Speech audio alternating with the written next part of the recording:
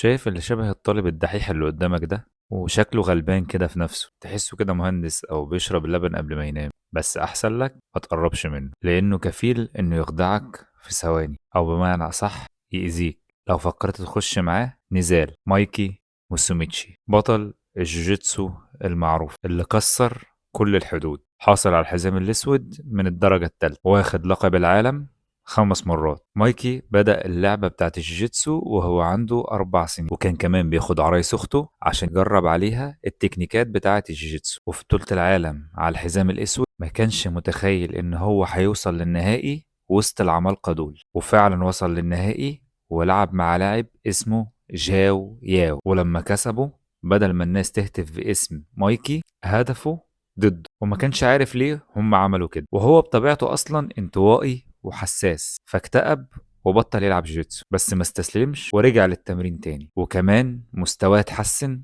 اكتر من الاول، ولعب تقريبا معظم بطولات الجيتسو العالمية وقدر يكسبها من بطولات عالم او بطولة اوروبا، لحد ما دخل بطولة وان تشامبيونشيب، وهي بطولة تابعة لليو اف سي، وفي منها بطولات خاصة بالجيتسو. واول حد لعبه لاعب اسمه ايمينري، يا رب اكون بنطق اسمه صح، واللي اخترع طريقة الهجوم على الرجلين. تخيل بقى انه كسبه عن طريق الاخضاع بالباكت شوك او الخنق عن طريق الظهر، وكسب حزام وان تشامبيونشيب، وبدأ مسيرته وبدأ يقابل وحوش ما يعرفوش الألم، وواجه المنغولي باتي مور اللي قدر يكسبه عن طريق الإخضاع بكسر الرجل. وفعلا هو كسر رجله وقطع أوتارها كمان، لأن الخصم بتاعه ما كانش راضي يستسلم حتى اما اتكسرت رجله واتقطعت أوتاره، وقدر يكسب عن طريق إن الوقت بتاع النزال خلص. انت متخيل طبيعة الناس اللي بيلعب معاها؟ ناس حتى ما بتستسلمش عن طريق الألم. بعد ما النزال خلص كان زعلان جدا ان هو وصل لدرجة ان هو يكسر رجل خصمه. وفي 2023